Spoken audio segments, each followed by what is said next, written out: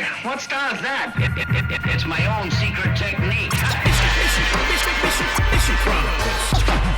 Bishop Chronicles. What's it called? Checkmate, sucker, now the move game's over.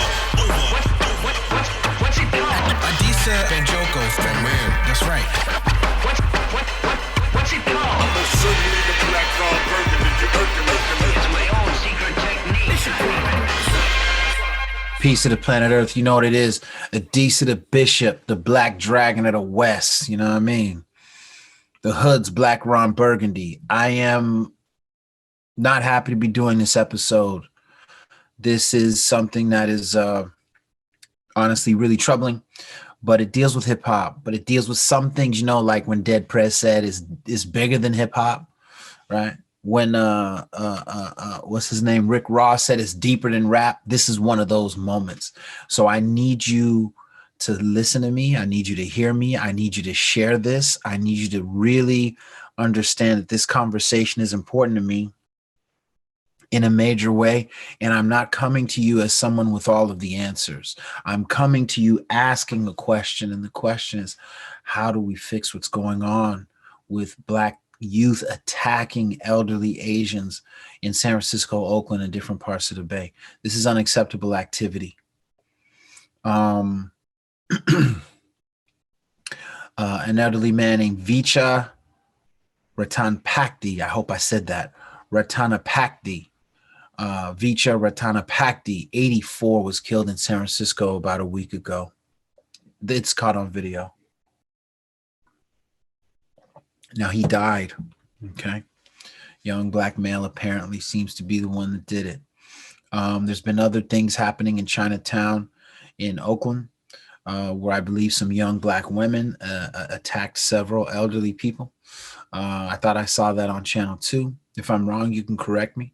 And I also, earlier, I think last year, I saw things going on in, I think, Hunters Point, which is predominantly Black, where someone had like stolen something from an elderly Chinese man. And this is all heartbreaking stuff, you know, coming from the Bay, being who I am, and knowing the Bay and Chinese culture and Black culture the way that I know it. So first, I want to give my sincere condolences to the family and the friends of this elderly man and all of the elderly people who have dealt with this stuff over the last few years or whatever. If you don't know how serious this connection between Black and Asian culture is for me, I encourage you to look at episode 147 with the RZA. That's real recent. 143 with Charlie Russo talking about Bruce Lee, Wong Jack Man, right? Wong Jack Man had a lot of love for Black people. A lot of people don't know that. You know what I'm saying? Shout out to Cage Against, you know what I'm saying? Brett Sweet. Episode 125, I'm talking to Rhett Maddock, who's Filipino, but he's down from LA, and we talk about a lot of Black Asian stuff, you know what I mean, in that episode. And 108, where I talk about when I went to the Tazo Tea camp with RZA and Shaolin monk Xian Ming, right? So, you know, I've seen a lot of inflammatory stuff on both sides. And I'm not doing a Trump thing. I'm saying I've seen people who are Asian write some pretty inflammatory stuff. I've seen some Black people writing some inflammatory stuff. And I'm blown away by it. And I'm only going to say that I guess both people on both sides are not clear on our history and not clear on the bigger issues. I'm going to run through this. I'm going off the dome pretty much. I wrote some notes, but I'm really going off the dome. One, let's remember that the Black Panthers back in the day had allies in the Brown Berets who were in the Mission District and the Red Guard that were in Chinatown.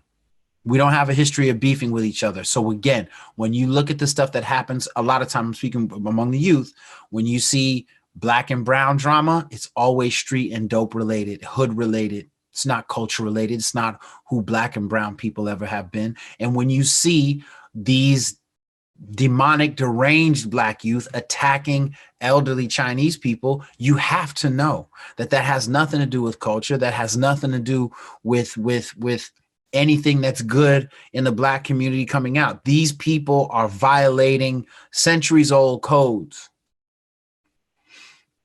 China Mac, who I don't know, the rapper, he's dope though. He was just out here pushing Black and Chinese unity just a few months ago. Ask Uncle Damien. You can go look at Uncle Damien Speaks and look on his page. So this beef is weak. I am so disappointed in how we got here after all these years of solidarity, right? To the Asian community, obviously this podcast is not meant to take place of a real conversation. We need real conversations with real community leaders. We don't need politicians posturing. We don't need police trying to get involved in an unnatural way and harming the solidarity between us and the police on both sides. I want the Chinese community and the greater Asian community in the Bay Area to know that in this moment right here, be clear, I stand with you. The beating of the elderly is unacceptable on every social, moral, spiritual, cultural level. Anyone who co-signs it, I do not co-sign. I will never excuse inexcusable acts just because they came from a Black person, just because they were done by a Muslim. That don't matter to me. If it's out of pocket and inexcusable, I'm not having it.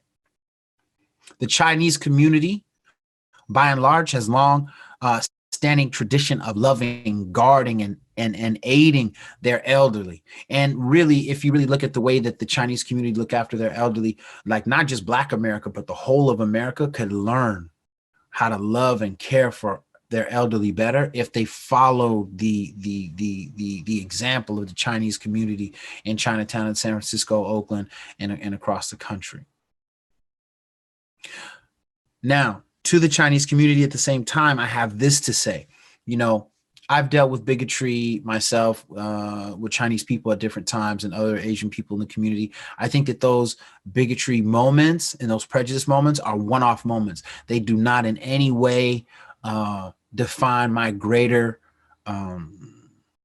experience with Chinese people in Chinatown or going to Japantown or whatever with the Vietnamese community in the South Bay and San Jose. You know what I'm saying? It's always been love.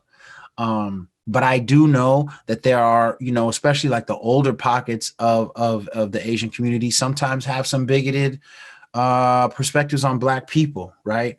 And so I'm asking you, if you're looking for this piece, to please study Black people beyond sports and beyond music, right? Read the works of Dr. John Henrik Clarke. Look up his videos on YouTube.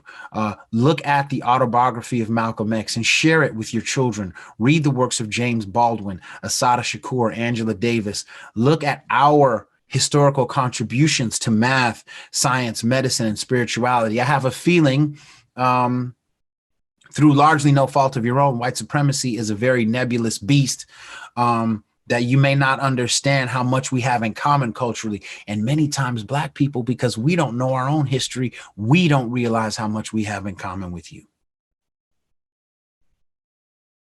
Sometimes I worry, ever since I was a child, my father taught me, you know, that too much of how Arabs, Chinese, and other people coming into the country saw us and they were racist towards us because they were taught wrong by white people about who we were. And then they started to look at us through white eyes. I'm asking you not to let that happen. I'm asking you to be where the buck stops. I'm asking you to change the tradition of that perspective, wherever you may find it. Isn't that pretty? That's watermelon juice.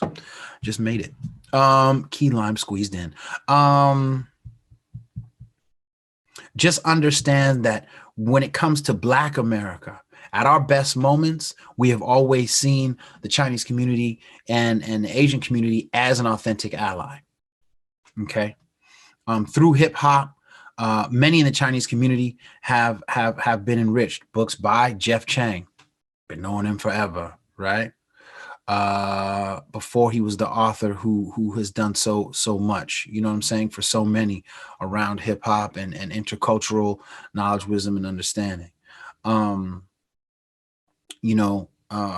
know in the Chinese community and the Asian community in general, there's so much that you have grown from and through and created your own industries of hip hop and things like that. You know what I'm saying? But what I am saying is that We need you to look deeper than the sports and deeper than the music in order for us to fix this. Now, and you should also read The Tao of Wu by RZA. If you don't know it, Wu-Tang Clan, RZA. But understand that white supremacy has been used as a tool to divide us culturally, right? But we cannot allow that in this moment because we have more access to knowledge. We have more access to each other through social media. And we need to turn to the best of us who are nonviolent, peace-seeking, truth-seeking individuals who are trying to fix this, and not let the people who are trying to stoke the fires of bigotry and carry old fights that are over, whatever, no more. Now, Black people, this is my moment to talk to you as someone who loves you, as someone who knows you, as someone who has written for you, sat with you in juvenile hall, in prison, in the schools. I'm very concerned and upset. These attacks cannot define who we are as a people in the Bay or across the country or around the world. This is not us.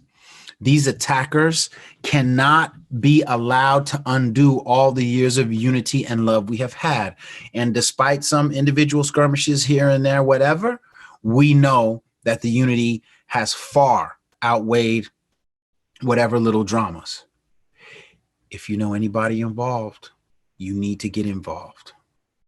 Oh, here come Dees talking about fool snitching. Look at this fool.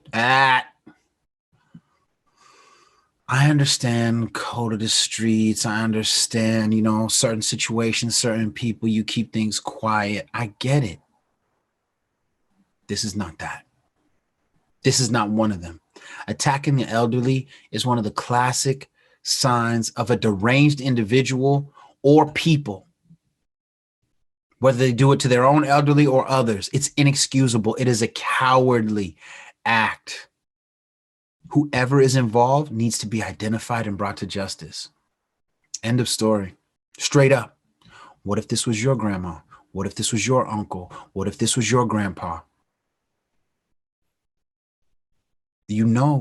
Just short of some hardcore street activity, you would want to see these people found, locked up, made an example of, and that's what needs to happen right now.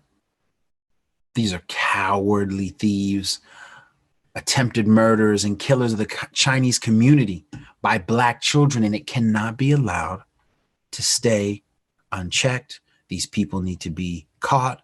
These people need to atone. Justice needs to be served, and that should not be negotiable in your head or your heart.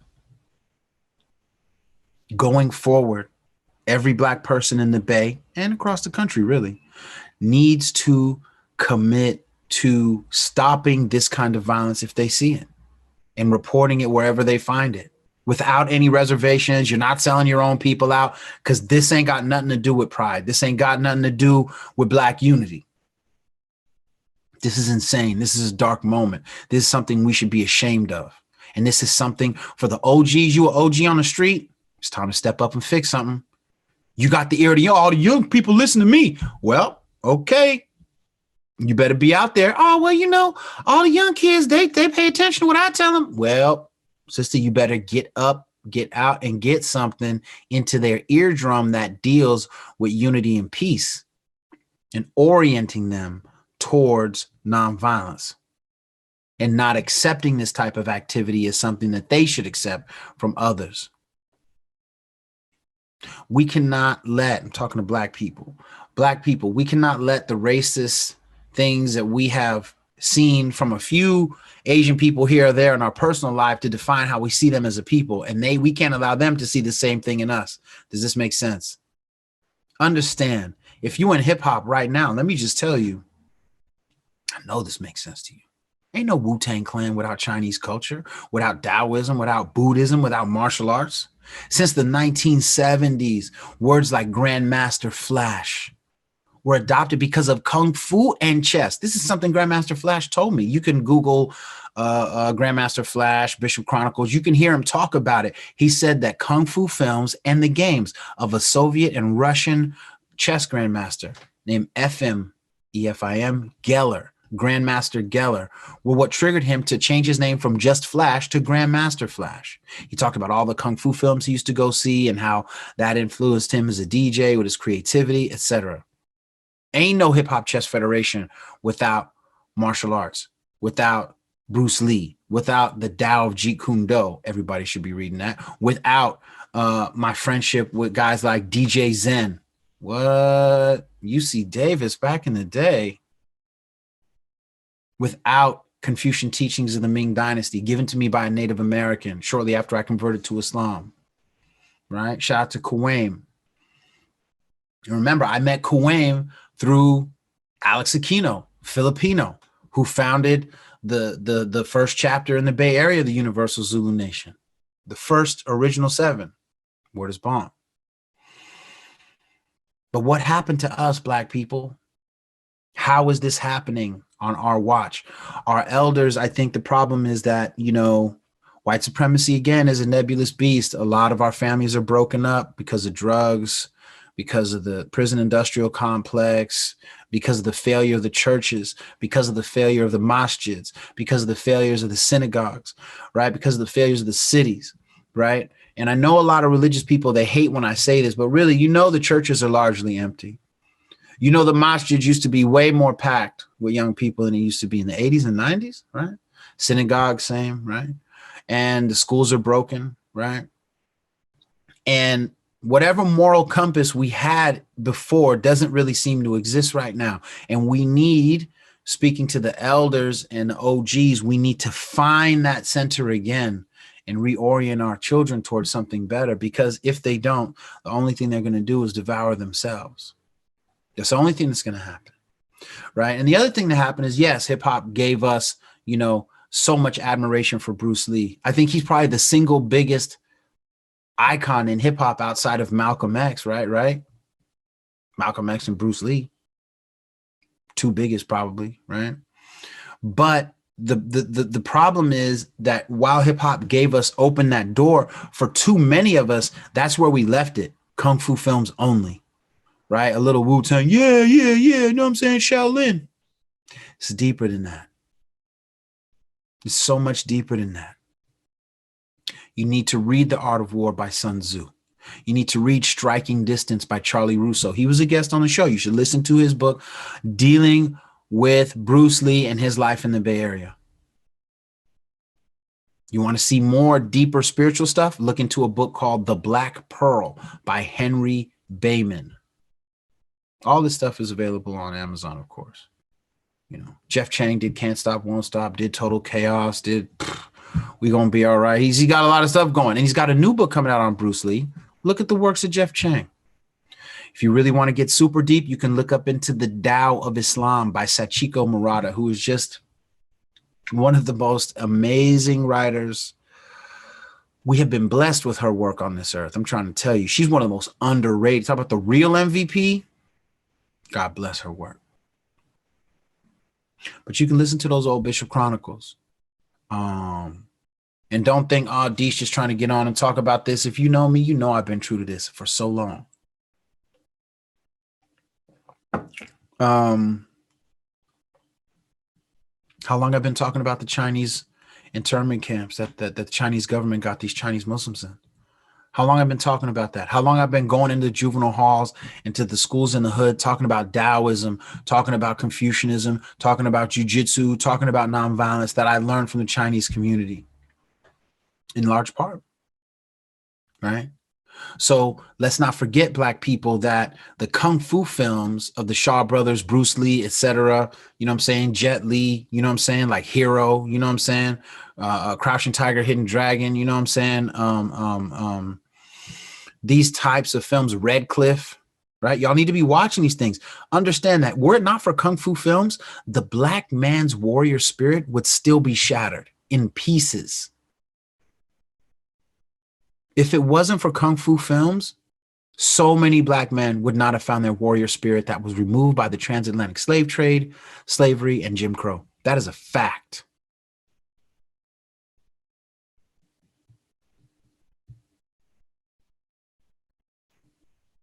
every hood has that one dude. They always joke about him being like Bruce Leroy. He rocking around in the Chinese shoes. He got the silk, wood button shirt. You know what I'm saying? He's eating vegan. Where do you think all this vegan stuff came from? You think all these black people start eating vegan without the influence of the Chinese kung fu films, man? Look up how many black people are converting to Buddhism these days. Chinese influence, man. The Bay, allows so many of us to interact with amazing people from the Asian community. They can be Filipino, Chinese, Japanese, Vietnamese, Laotian, Cham, Cambodian, so many others, right? And they get to interact with us, and that's what makes the Bay special, And so we can't let these instances ruin that beauty. We can't let these instances undo, right? The Taiwanese community here. We cannot let the communities fall apart because these young people are starting to get out of control, and something within the Black community has seemed to hijack our moral compass. We need to get straight and find our North Star. That's what they used to always tell the slaves. How I get free? Find the North Star and follow it. We have to find our North Star, our moral, cultural, and spiritual North Star. I'm not telling you to convert to Islam. I ain't telling you to go be a born again. I'm telling you to figure it out for yourself.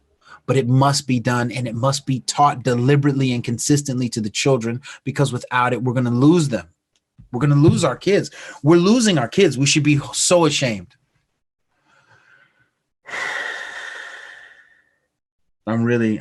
This is so hard for me to do. My man, Brother Miles from the NOI over there in San Francisco, when I started Hip Hop Chess, and I was like, yo, man, we're going to do these tournaments. He was like, man, we already do tournaments with the Chinese school in Chinatown. They were already doing stuff. Back in the day, for a little bit, I worked for Wu Yi. Wu Yi means protector of the children. I was in Chinatown all the time. I learned so much, and I got so much love from the Chinese community. Some that knew I was working for Wu Yi and some that didn't. And that's the point. I never got disrespected walking around Chinatown. I never got accosted. I never had anybody look at me like they didn't want to do business with me or whatever. And sometimes, again, they knew I worked with Wu Yi, and other times they didn't. Listen to what I'm telling you. You need to watch out for internet and YouTube hype. You need to watch out for people on Instagram trying to get you hyped up. You need to think about, what is your actual experience like? And when you think about it, believe that there's more truth in the good than the bad. I'm not telling you to lie to yourself. I'm telling you to give more credibility and opportunity to the truth and the positive things. Amina Lay, a Chinese woman, Muslim, NOI, doing art and teaching Muslim kids in Oakland, in LA. Most of them are Black. I need to talk to her because I can't even imagine what she thinks or what her family thinks, because she's from the Bay, she's from the town. The Black community, we must do better. White supremacy is real, and it is a demonic octopus kind of system that's moving in all kinds of ways, and it's a shape-shifting demon, and sometimes it's messing you up in ways that you don't know until you're really messed up. But it cannot be an excuse for this. We can step up. We have to step up. We must step up. I'm asking every one of you to step up. Mom and dad, grandma, aunties, uncles, OG cousins, you got to talk to your kids. You got to talk to your cousins. You got to talk to your nieces and nephews. You got to tell them that this ain't okay. You got to tell them that this ain't who we are. You got to tell them that this ain't who we've been. You got to tell them about the history of unity between us, about the cultural value of the Chinese people and our cultural values and how they align. But we can't do that letting our kids stay lost online in hood fights and everything else. We got to start using, you on that phone? Go pull up Malcolm X speeches. Go pull up Malcolm X debates. Go pull up Crouching Tiger, Hidden Dragon. Go pull up Jeff Chang. Go pull up Dead Prez. Listen to Stick, right? Listen to M1. You know what I'm saying? Like, we have to do this. We got to get our kids looking at Kareem Abdul-Jabbar, talking about his friendship with Bruce Lee, how Bruce Lee taught him martial arts and what he learned. We have to be real deliberate about this, man. Like, I am really concerned about this. We got to make sure they listen to Afu Ra. We got to make sure they listen to Jeru the Damager. We got to make sure that we're sincere in what we're doing here, because there's too much good history at stake. Hip hop can be an initial bridge to connect us. This is what I learned. This is what I've been knowing. But it cannot be a replacement for the work. It can't be a replacement for the work. We got to do the work.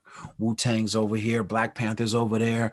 Brown Berets. You know what I'm saying? Red Guard. But we got to do the work. That was then. This is now. We got to do the work now.